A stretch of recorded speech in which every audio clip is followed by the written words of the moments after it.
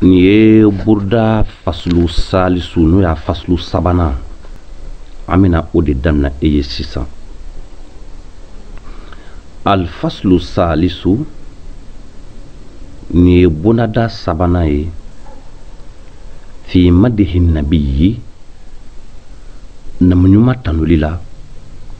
sallallahu alayhi wa alihi wa sallam.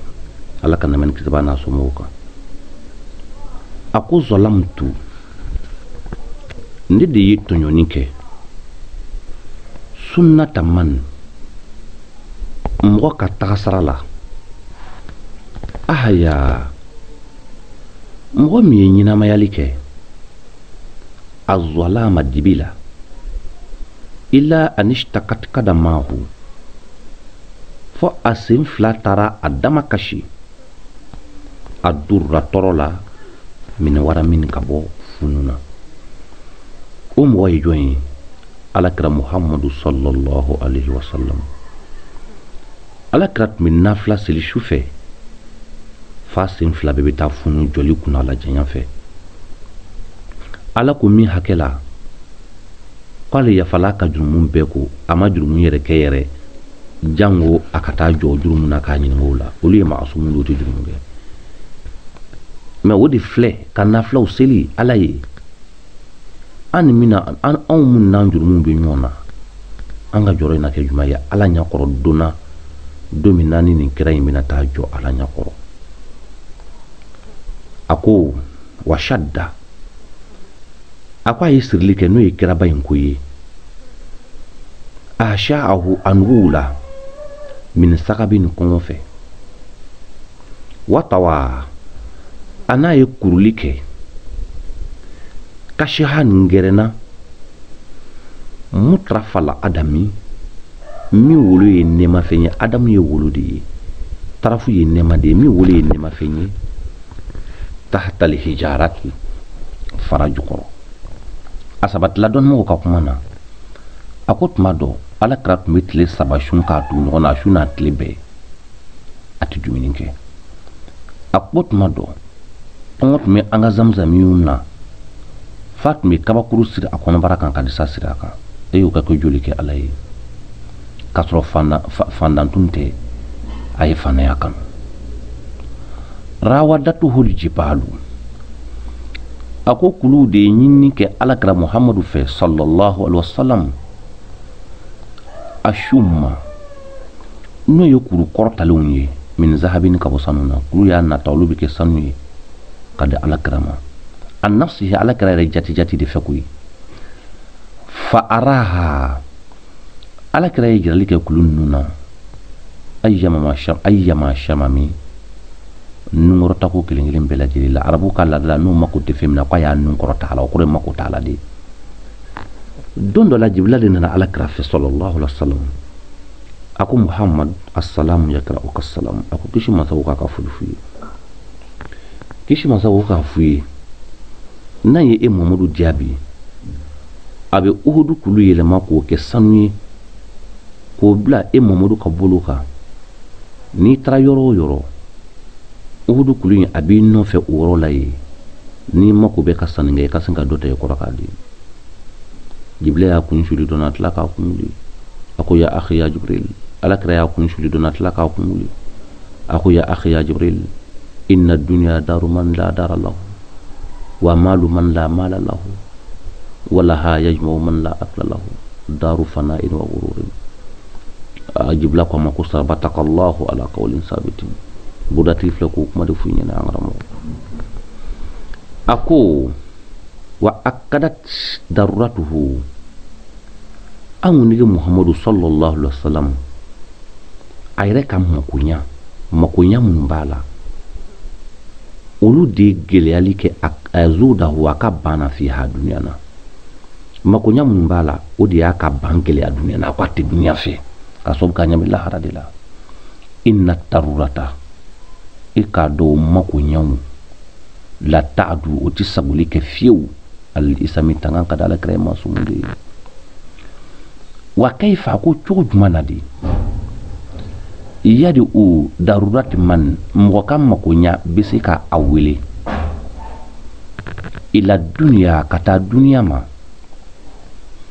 lawlahu ni mɔgɔ min kosɔn tun tɛ lam tukhriju dunya yɛrɛ tun tɛna bɔ min al adami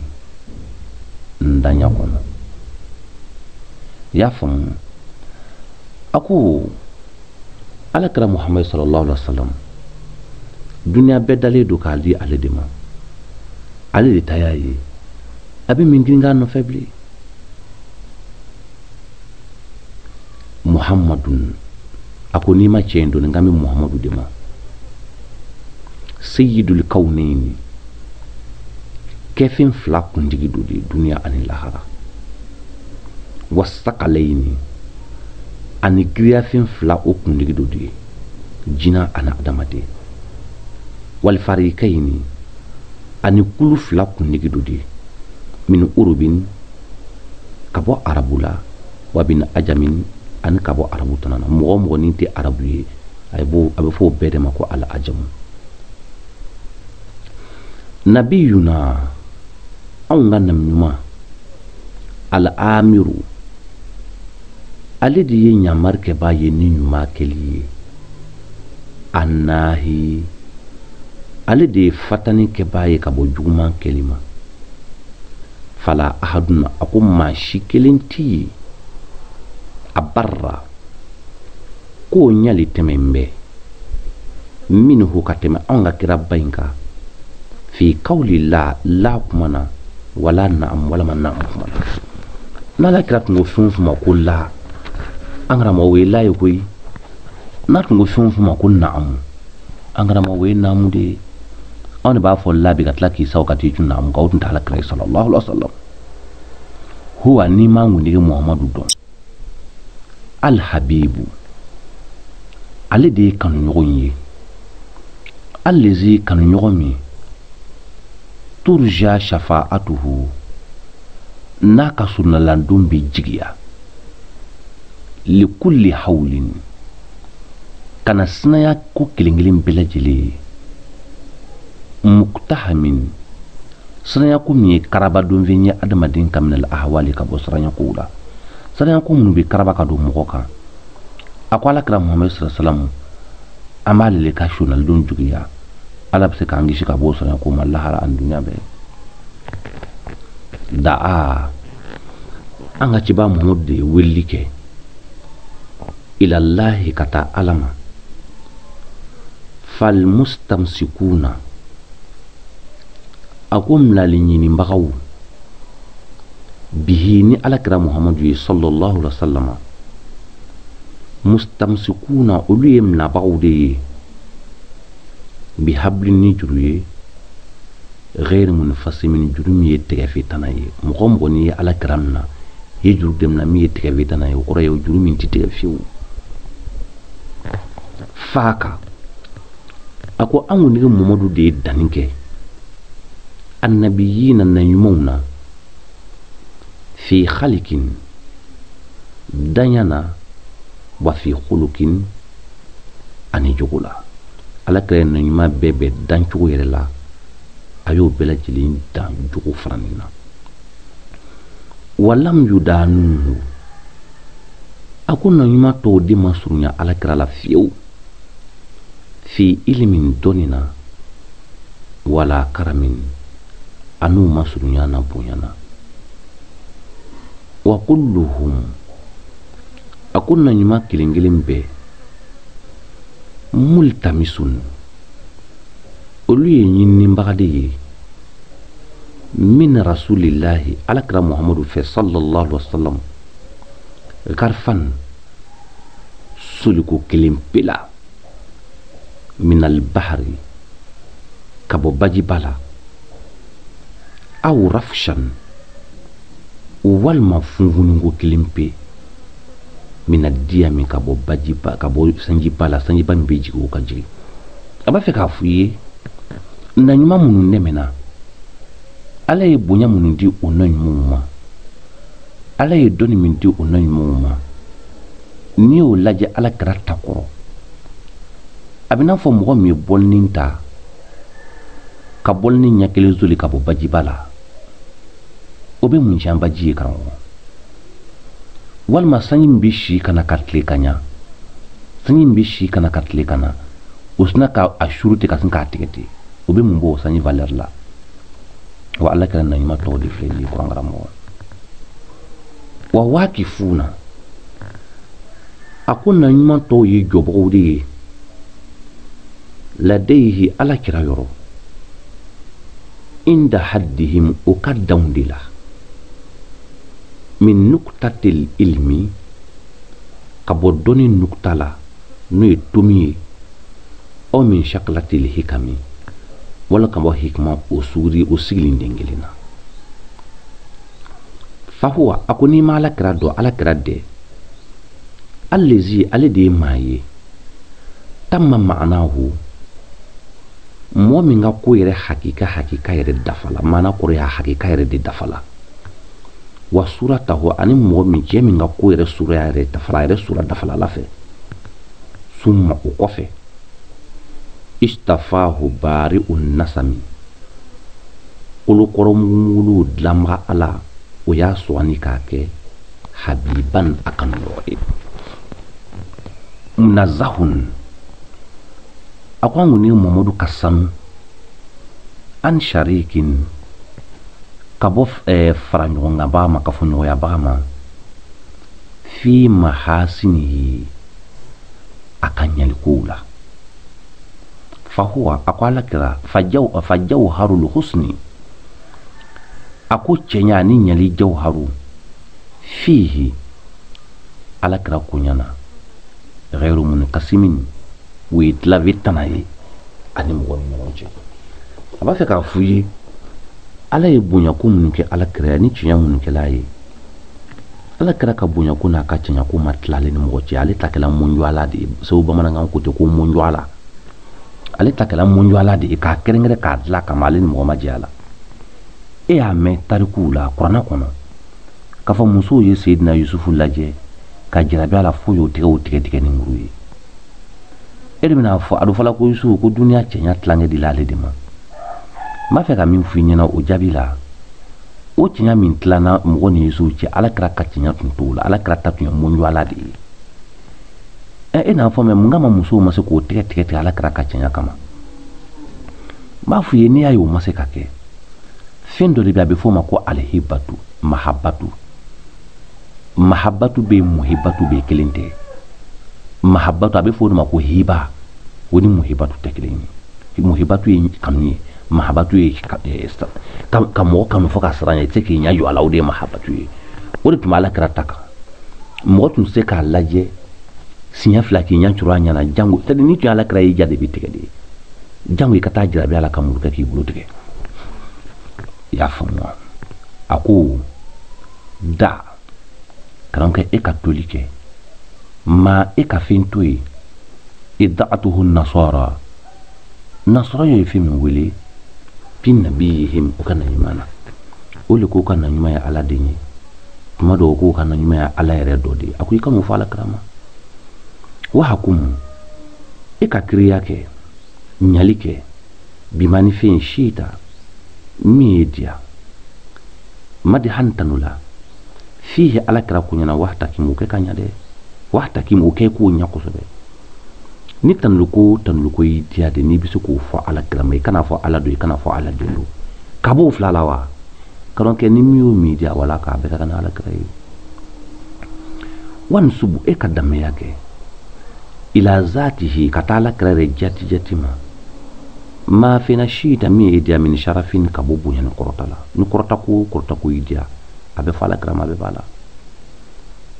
wan subu e kadame yake ila kadri katala kra valer na bunyama ma fina shita mi idia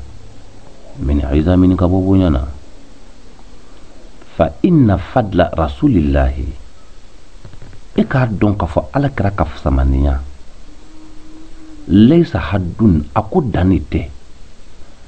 lahu ofisa maniya yi lui ribanati kun jangu fayu ribanati kun jangu kuma ke baka se ka bangelike anu ka bo man bi famin ni dai ako samaniya min be ala kira yɛrɛ yɔrɔ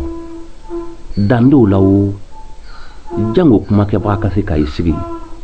k'o bɛɛ fɔ i dala yɔrɔ ni k'o ba law nasabat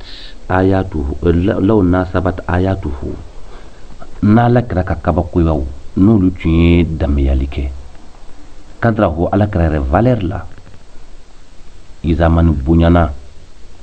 ahayasumuhu ala kira tɔgɔ tun ye na ɲɛnamayali kɛ dari sarima min korokɔrɔ mugumugulen la hina yudaa tuma min na n'ala kira tɔgɔ tun bɛ wele ala ye kabako minnu kɛ ala kira ye ani ala kira yɛrɛ valeur ye karan kɛ kelen tɛ n'o tun ye kelen ye ni tun taara kolokɔrɔ mugumuguli dali sɔrɔ k'a fɔ kolokɔrɔ i wuli ni mamadu lahɔrɔma a tun bɛ wuli k'i jɔ lam yamtahinna ala kira de ma anw lajarabi bimani fɛn ye ta'ayalu ukulu hakiliw bɛ dɛsɛ bi heni fɛn min ye hirson a y'o kɛ kanugɛlɛya de kosɔn aleyna anw kan falam nartabu anw ma siga walam nahimi anw kunna ma siri aya fahamu ma'anahu ako ala kira ka ko yɛrɛ hakika dɛ o de dɛsɛli kɛ alwara adamadenw na falaysa yura ghairu munfahimin ako dadebaga tana o ma ye fihi ala kira ka ko in na lilkurbi kana masurunya ye wali bugudi ani yɔrɔmajɛnya ye ka shamsi a bɛna fɔ tile taziharu tile min bɛ bange lili aynayni ɲa fila ye min buudini yɔrɔ jan fɛ saghiratan a ka dɔgɔ watukillu a bɛ dɛsɛli kɛ a tɔrafa ɲɛna filɛ lamini a ma minnu ɲakunden na a b'a fɛ ala kira sallallahu alaihi wasallam ka koɲa mɔgɔ kuma ta ni mɔgɔ dadelen bɛɛ lajɛlen ye a b'a fɛ k'a fɔ mɔgɔ tɛ se ka ala kira ka ko hakika bɛɛ de sɔrɔ koyi a bɛna fɔ tile e b'a ye a ka dɔgɔ nka n'i ko k'i b'i ɲɛ cura la an karamɔgɔ i b'i ɲɛ biri dɛ a ko kayfa cogo jumɛn de la yudriku qawmun mɔgɔw bɛ se ka sɔrɔli kɛ hakikatahu ala kira ka ko hakika la fi duniya kɔnɔ yan nin y'a minnu mɔgɔ minnu ye sunɔgɔbagatɔw ye tasallawu mɔgɔ minnu y'o yɛrɛ fosi anhu ka bɔ ala kira ma sallallahu alaihi wasallam bil hulumi ni sura sugu dɔrɔn ye fa mablagul ilmi a ko dɔnni hakika de fihi ala kira yɛrɛ la annahu o de bɛ ka fɔ ala kira basharun farikolotigi don ala tɛ mɛlɛkɛ tɛ jinɛ tɛ farikolotigi don wa annahu an dɔnni hakika o de bɛ ka fɔ ala kira khairu khalqillahi ala ka danfɛnw sɔn hɛrɛma kɔni don kullihim o bɛɛ an karamɔgɔ tuma min na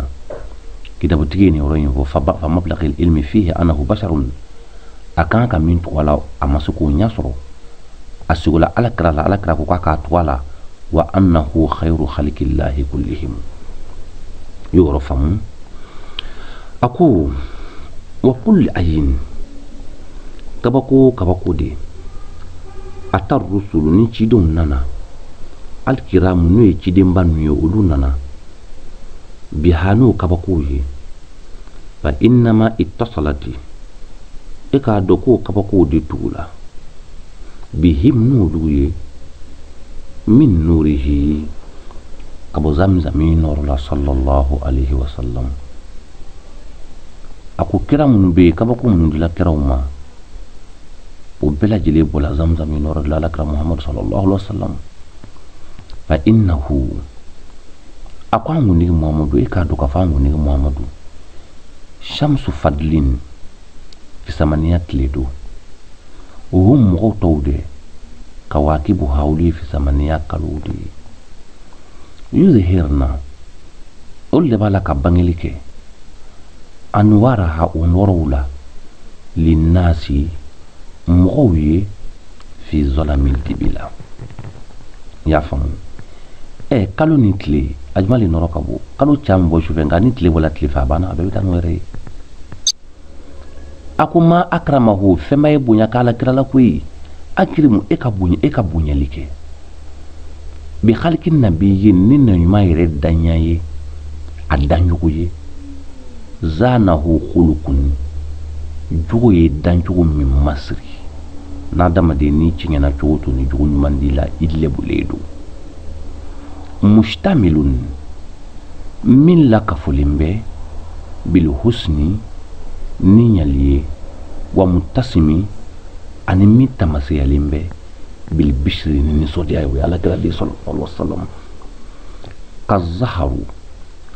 a ko alakira bɛna fɔ filɛri fi tɔrafin nɛɛma na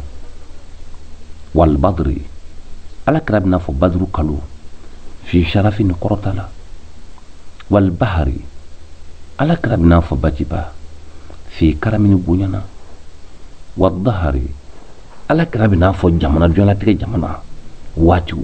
fil himami himako cɛyali la ka annahu alakira bɛna fɔ de sallallahu alaihi wasallam wa huwa ale fardun cɛ kelen pe don fi jalalatihi a ka bonya a n'a ka karangaya la fi askarin kɛlɛ jamana hina tuma min na talikahu ni alakira kuma ɲɔgɔnya wa fi hashamin ani kɛlɛ wusuyɔrɔ la ani kɛlɛ tirikiyɔrɔ la a ko n'i taara kɛlɛ dagara n'i taara alakira ye a bɛ k'i kɔnɔ komi hakili b'a la ka kɛlɛ kɛ ko mɔgɔ foyi tɛ hakili kɔ ka annama lu'ulu alakira bɛna fɔ lu'ulu le an maknun lu'ulu min sutura fɛn fi sadafin fara kɔnɔ min man dina i man tikin ka bɔ kuma o naman daga na minnu ka bɔ alakira o mutasima ni musamusani latiba a ko kasajanante ya'dilu kasajana min bɛ se ka dama kelenya kɛ turbatan buri la dɔn ma min ye kafoli kɛ a azumahu alakira farikolo barakamana fatuba arina tuba limuntashikin o bɛ kasa furumaga ye minhu ka bɔ dukolo barakama in na wa multasimi a nɔrɔkɔ ba mɔgɔ min dari nɔrɔkɔ a la kami alakira kaburu de ma ya sallallahu alaihi wasallam ni ye buda faslu salisu de ye ala k'an bɛɛ sabama